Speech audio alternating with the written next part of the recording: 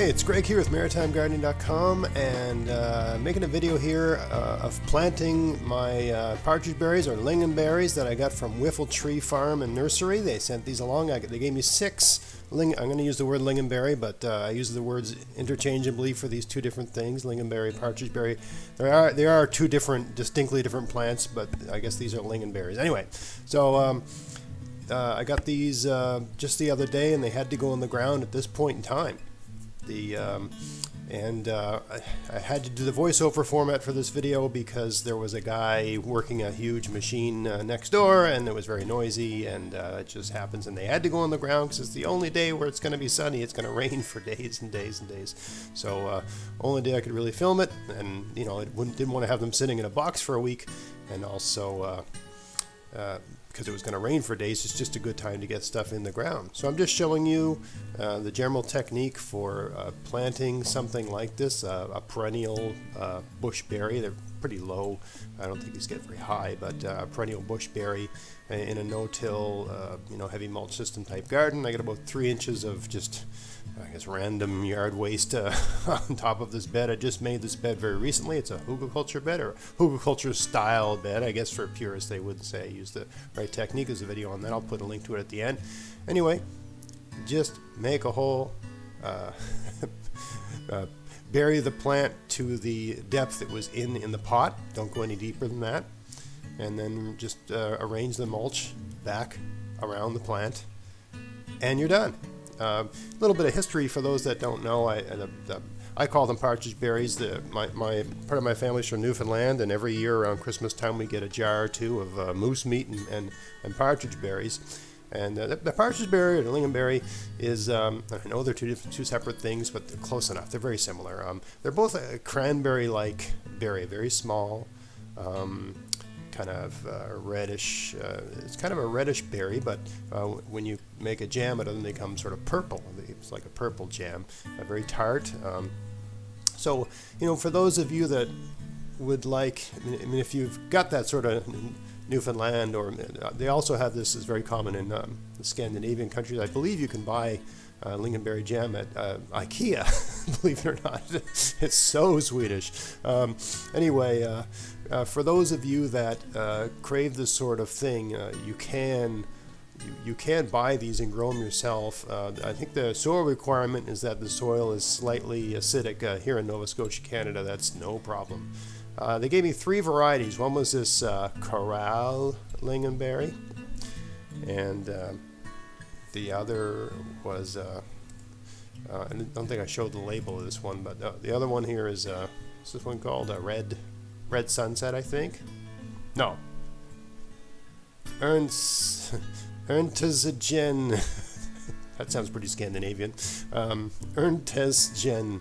And the other one's Red Sunset. I don't think I show that one. At that point in time, I thought I had... the 2 I put in the ground were Red Sunset.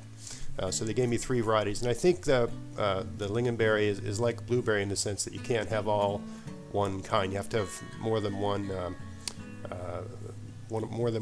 variety for them to pollinate each other properly, just like apple trees. A lot of fruit trees and bushes are like, not all, but a lot of them are like that, where you can't just have one kind. They just because of the way that's be a whole separate video, but just trust me, you got to have more than one kind for them to pollinate each other that way. The advantages of buying them, getting them this way, right? They just came in a box, well packed. They came very quickly. The provider, the nursery, Whiffle Tree Farms. I'll put a link up on the screen there, and there'll be details in the description box of the video. They mail them directly to your door, which is kind of ideal during COVID-19 times. But at any time, this makes sense, right? And also, I mean, normally you go to a garden center and you buy stuff from that place. But they bought that stuff from somewhere else, so they're kind of a middleman, right? And when you deal with a middleman, you're always paying a little bit more than what things actually cost. depending on the volume they buy things in and so forth. But so there's an advantage to just getting stuff directly from the nursery, and with Whiffle Tree Farms you can do that. And even if you're not buying stuff from them, you're probably buying their stuff. It's a big nursery, and they provide different kinds of fruit trees and berry bushes and stuff like that to a broad range of retail outlets. Let's just put it that way. So if you've bought a perennial berry bush or fruit tree or something like that, it's very possible you bought it from them. Have a look at their catalog. It's an awesome category. It's an awesome catalog. Lots to choose from. There's a store that used to sell partridgeberries. It was called the Newfoundland store, and it closed this year, and I was distraught because what am I going to do without lingonberries? So I started looking around, and I found these guys, and they just offered to send me some. I told them I'd do a little video, and it worked out really well. A little symbiosis there, so it worked out great. So this is 6 plants. I think I talked to them directly on the phone, and I said, look, I just want to make maybe half a dozen or more jars of the jam a year, and they told me that 6 plants should do it. It's a kind of tart jam. It's really, if you grew up with it, you're kind of addicted to it. It's also they make a sauce to go with this sort of famous Swedish meatballs. I don't have any Swedish in me, but I love Swedish meatballs. And even if you're wanted a substitute for the cranberry to make like cranberry sauce with turkey dinner, that sort of thing, these totally foot the bill for that sort of thing. Make a wonderful kind of sauce to go with a turkey dinner, or that sort of thing, if you're into that, right? So yeah, I can't say enough for this. And the great thing about perennials, if you're putting in a new garden, if you're just starting this out, it's difficult to procure these things in this particular year, but you can order things and you can get things delivered to an extent. If you're building a garden, if you're a new gardener, get as many perennials going as you can. It takes a number of years for perennials to get established and to start producing.